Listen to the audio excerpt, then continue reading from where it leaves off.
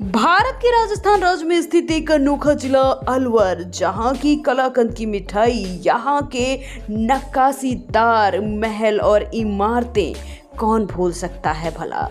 अलवर जिला राजस्थान का एक प्रमुख ऐतिहासिक जिला है। इसका इतिहास प्राचीन और मध्यकालीन युग से जाना जाता है। अलवर का क्षेत्र पौराणिक काल के बाद आबाद हुआ। ये क्षेत्र महाभारत के टाइम में मत्स्य महाजनपद के रूप में जाना जाता था। यहाँ का राजा विराट हुआ करता था। ये क्षेत्र पांडवों के अज्ञातवास के टाइम से माना जाता है।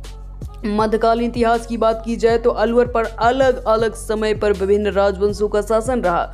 गुर्जर, प्रतिहार, मेवात, चौहान, खंगार जैसी जातियों ने इस पर शासन किया था। 12वीं शताब्दी में चौहान राजपूतों ने यहाँ एक प्रमुख शक्ति के रूप में अपने अस्तित्व को बनाया था। बाद में दिल्ली सल्तनत और मुगलों ने भी यहाँ अपना अधिकार जमाया था। अलवर 18वीं शताब्दी में राजपूत शासक महाराजा प्रताप सिंह के विजय के तौर पर जाना जाता है। वहीं ब्रिटिश काल की बात की जाए तो महाराजा प्रताप सिंह ने 1770 में अलवर शहर की स्थापना की थी। उसके बाद आने वाले शासकों ने अलवर को एक समृद्ध राज्य में बदल दिया। ब्रिटिश शासन के दौरान अलवर एक स्वतंत्र रियासत रहा और इसके शासकों ने अंग्रेजों के साथ राजनीतिक संबंध भी बनाए थे। 1947 में भारत की स्वतंत्रता के बाद अलवर राज्य का विलय राजस्थान में कर दिया गया। तब से अलवर राजस्थान का एक महत्वपूर्ण जिला बन गया। ये अपनी ऐतिहासिक सांस्कृतिक धरोहर के लिए जाना जाता है। ये जिला अरावली रेंज के अंतर्गत आता है। यहाँ पर बहुत ही खूबसूरत पहाड़ों से घिरे महल देखने को आपको मिलेंगे। अलवर राजस्थान की कई जिलों से सटा हुआ है। हरियाणा राज्य के साथ भी अपना ये सीमा साझा करता है। उत्तर में रेवाड़ी और महेंद्रगढ़ हरियाणा से ये सीमा साझा करता है। दक्षिण में जयपुर, पश्चिम में दौसा और पूर्व में भरतपुर जिले से इसकी सीमाएं लगती हैं। यहाँ पर कई छोटी बड़ी नदियाँ हैं। यहाँ पर जैसमंद झील देखने को मिलता है, जो कि पानी की आपूर्ति के लिए जाना जाता है। यहाँ पर रूपा हेल और इसके साथ रूपा रेल और साहिबी नदियाँ बहती हैं। यहाँ के जनसंख्या की बात की जाए तो 36,71,000 2011 के हिसाब से है। जनघनत्व 2011 के हिसाब से 438 व्यक्ति प्रति किलोमीटर स्क्वायर में रहते हैं। लिंगानुपात 2011 के अनुसार 1000 पुरुषों पे 894 महिलाएं। साक्षरता 71.68% है और पुरुषों की साक्षरता 84.78 और महिला साक्षरता 57.92 है। दोस्तों, कुर्सी की पेटी बांध लीजिए, क्योंकि आज हम पूरे अलवर का वर्चुअल टूर घर बैठे करने वाले हैं। नंबर 1 पे आएगा बाला किला।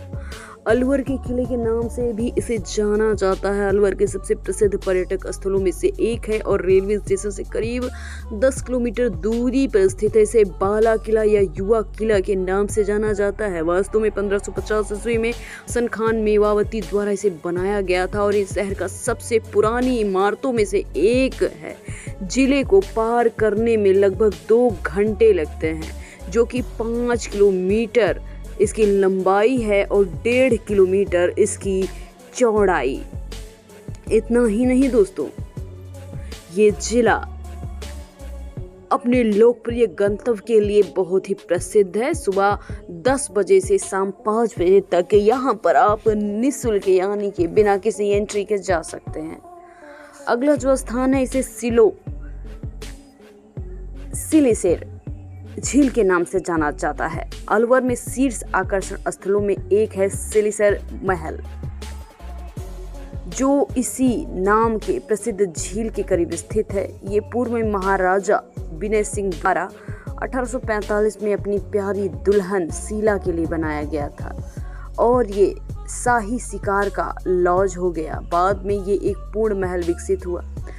झील एवं सुंदर पिकनिक क्षेत्र के लिए यहाँ नौकायान भी काफ़ी प्रसिद्ध है। महल अब एक होटल हेरिटेज है, जो इसे अलवर के करीब देखने के लिए महत्वपूर्ण बनाता है। यहाँ आप सुबह 8 से शाम 7 बजे तक निःशुल्क एंट्री पा सकते हैं। अगला जो स्थान, इसे सरिस्का वन्य जीव अभ्यारण्य कहा जाता है। ये अभ्यारण्य टाइगर रिजर्व के रूप में भी जाना जाता है। अलवर में घूमने के लिए शीर्ष स्थानों में से एक है। ये शहर 36 किलोमीटर की दूरी में फैला हुआ है, जो इसके पार एक पसंदीदा गंतव्य बनाता है। अभ्यारण्य लगभग 850 वर्ग किलोमीटर क्षेत्र को कवर करता है और इसका परिदृश्य विविध है, जिसमें घास के मैदान और सूखे पर्णपाती वन, खड़ी चट्टानें शामिल हैं। रिजर्व के भीतर कंकावरी किला है, जो पर्यटकों के लिए काफ़ी आकर्षण का केंद्र। सुबह 6 से रात 9:30 तक प्रवेश शुल्क 75 रुपये यहाँ लिया जाता है। आप यहाँ जा सकते हैं।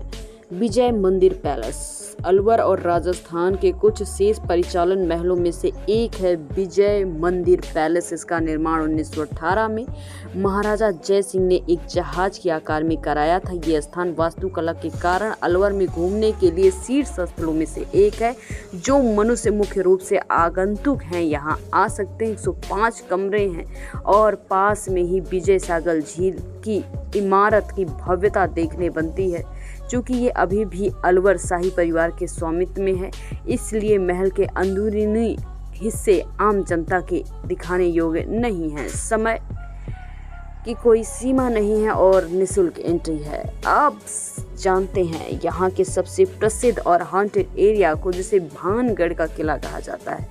भानगढ़ का किला शीर्ष पर्यटक स्थलों में से एक है। ये कुछ डरावना है और यहाँ रहते हुए एक रोमांच का प्रयास भी किया जाता है। ये किला जो सरिस्का टाइगर रिजर्व किनारे है और सबसे प्रेतवादी मतलब भूत पिशाच प्रेतों का स्थान माना जाता है।